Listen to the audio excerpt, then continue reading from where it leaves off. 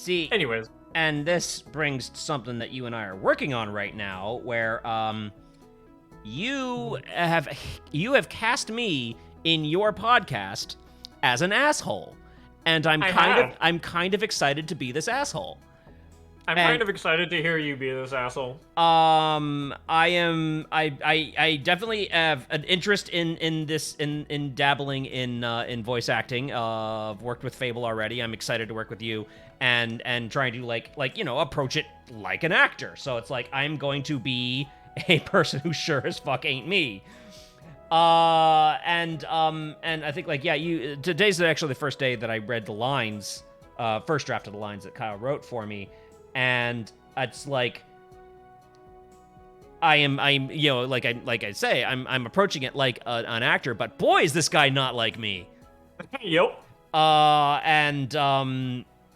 And I think like I'm interested in doing it well because this character is going to be not an antagonist but a foil to Neil, the protagonist, and so that foil needs to be dislikable. Yeah. So you and I had like a really cool conversation. I don't want to get too specific about it because upcoming Spoilers story and that stuff. you all should listen to the podcast is what I suggest. But yeah, I'm excited about this, and I'm really just kind of like I think like it's really about me being ready to just be an actor and completely detached from, I want to be cool, I want to be awesome, I want to be this likable, nice person. No, I'm an actor and I'm going to be an asshole. Mm-hmm. Scorehard says, as a former actor, the not at all like me was kind of my favorite part. Yeah. This is new. This is a new thing for me, so I'm kind of excited to dive into it. And it's interesting because it's like there are things about this character that are so unlike me, but I want to make them real. I don't want to like sugarcoat the things that are different, and I want to be a good heel.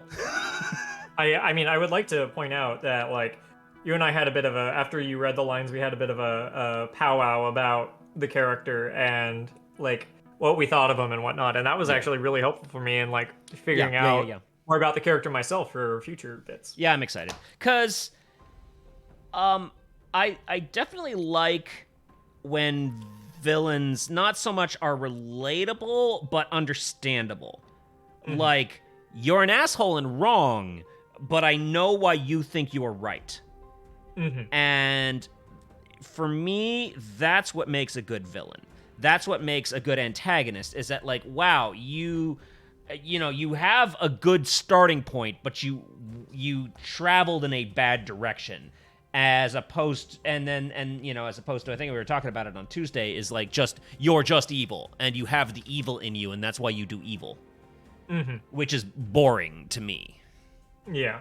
I think just you have the evil can be done interestingly and well, but it's not the tool for this job for sure. And I don't think it's always the most interesting tool, even if it's like the right one for like it can be the right one for the job. Right. But yeah, it's frequently a lot funner if the bad guy is relatable. And like I don't know if it was this Tuesday or not, because I was talking about Cersei from OTL and how like, ooh boy, when I figured out the motivation behind Cersei, like that was a day, because I'm like, I don't want to relate to Cersei.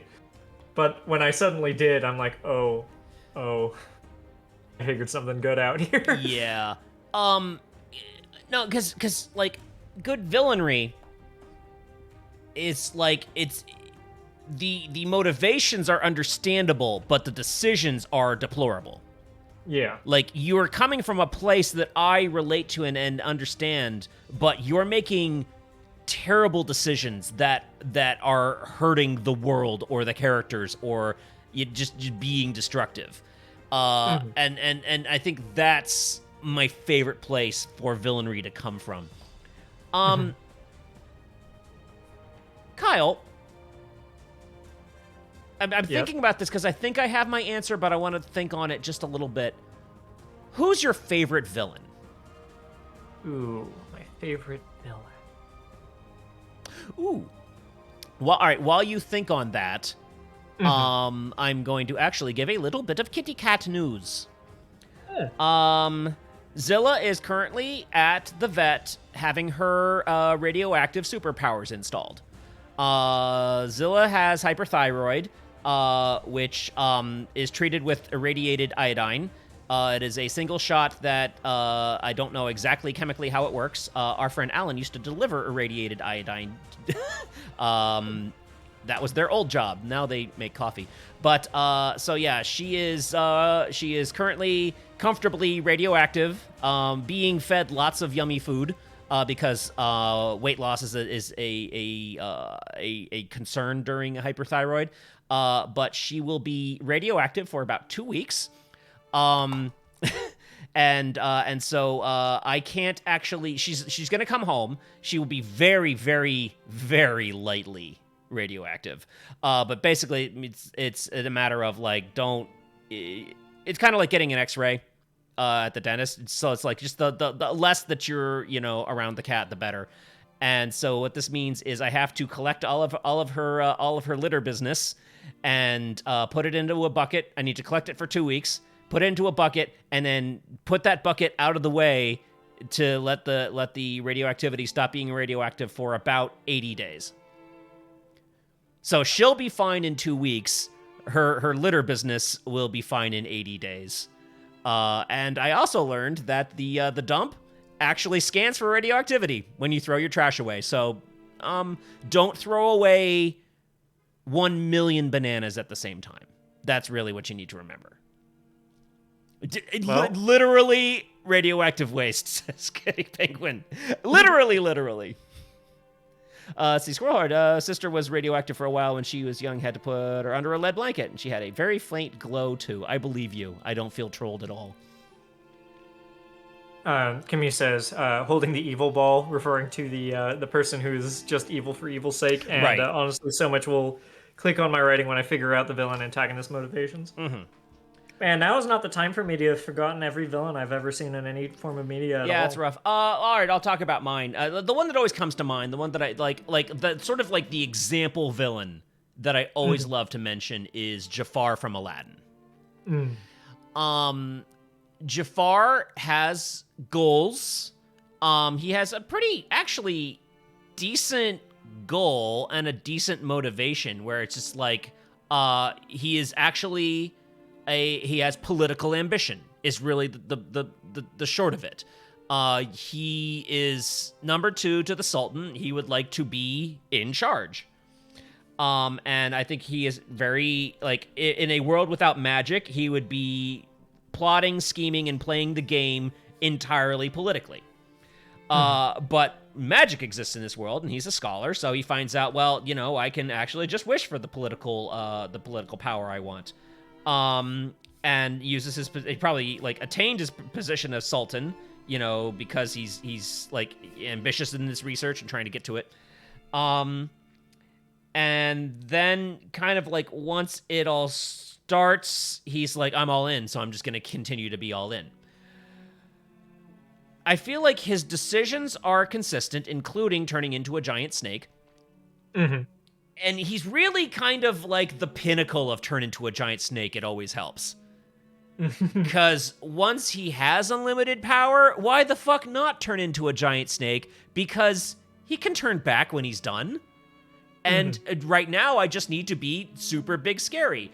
And in a lot of ways, he was his own downfall. Because it was like him interpreting. It wasn't Aladdin that conquered him. It was him interpreting Aladdin's like suggestions. But actually, no. I'm thinking about this. It all maps because he's driven by political ambition. He's always been number 2 to the Sultan. And the reason why he'd make the wish, I want to be the genie, is because right now he's number 2 to the genie, and that's what Aladdin reminded him of. Because that climax has been picked apart by smart people that, like, if Jafar, like, when pointed out that he's number 2 to the genie, Jafar could have made a million fucking wishes that would have made things just worse. He could have wished the genie to not exist. He could wish that, for more power than the genie. He could have, like, many, many wishes he could have made that would have put him in a better position, not trapped as a genie. And it was that same motivation that started his journey, that, like, I'm number 2 to the Sultan, I should be the Sultan, that put him in the position of, I'm number 2 to the genie, I should be the genie. And that's why he like made the wish that he did, got himself fucked up. But the thing I love the most about Jafar is that he looks like a villain to us, but not to the characters. And everybody treats him like a person who they treat him as the Grand Vizier. They treat him as, the advisor to the Sultan. They respect his advice when he gives advice. They respect his decisions when he gives decisions, because none of them seem villainous at the time. He doesn't do anything outwardly villainous for, the majority, around the other people. Around the other characters, he typically is, playing his part and being his role, and yeah, he's politically plotting and scheming, but that's kind of like what you'd expect.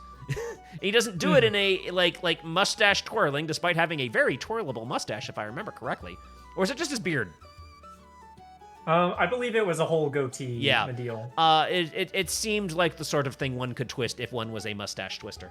And the brilliance of his design is that the Disney-going audience can look at him and say, that's the bad guy. Clearly, he looks so evil. He is full of triangles. He's so full of triangles. But no one in the story can see what we see. And the reason I love that is because that's what a good and evil hero versus villain, what the trope is all about is, man, I wish I could just look at someone and see that they are the villain and treat them accordingly. But no one treats him like the villain until they straight up watch him do villainous shit and say, holy fuck, you're evil. You're doing evil things right now. And it's his actions and his choices that make that set him off, and not what he looks like. And I think that's cool. Yeah. Oh man, I had one picked out. Now I've forgotten. Oh, I've done it. You did it. You trumped Kyle.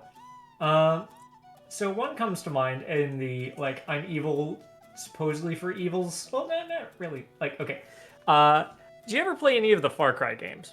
I have never played any of the Far Cry games. Okay. I honestly did not expect you to. Far Cry 3 is really the only one of note, in my opinion. Because it wasn't its main antagonist, but its secondary antagonist, a guy named Voss, who I thought was fucking great. And a lot of that comes down to his voice actors, just sheer charisma. Nice. He was definitely, very much seemed like chaos incarnate-esque evil, but, there is just a little bit more there that makes you, it kind of reveals a little bit more under the surface, in that he is, he's got an inferiority complex, and... Happens all the time. Yeah. But he's also, habitually a number 2, right? But you kind of realize that, his sister, who is supposed to be an ally, is, also really fucked up and abusive, and that probably put him on the path that he's on. And on top of that, he just gave a really good performance, and it was really cool, and that really stuck out to me. Wow. Again, do you know who's evil for evil's sake, but we all don't hate him? Who? Firelord Ozai.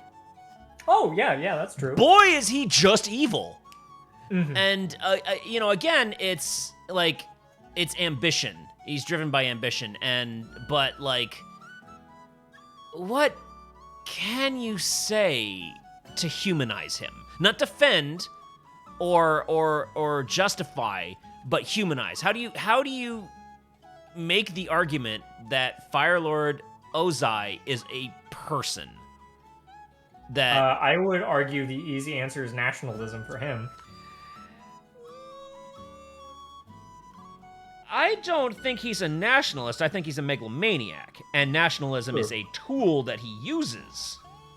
Mm-hmm. Now, a lot of his subordinates are nationalists. Mm-hmm. Kimmy saying, I haven't shown her yet, but it's been a weird mental exercise to figure out how to signal villainy without being too trippy or contradicting the characterization. Although in some ways it's easy because I can write her like a hero, but not try to round off any of her edges. Ooh, that's a cool take on it. I like that. In some ways, it's easy. Yeah.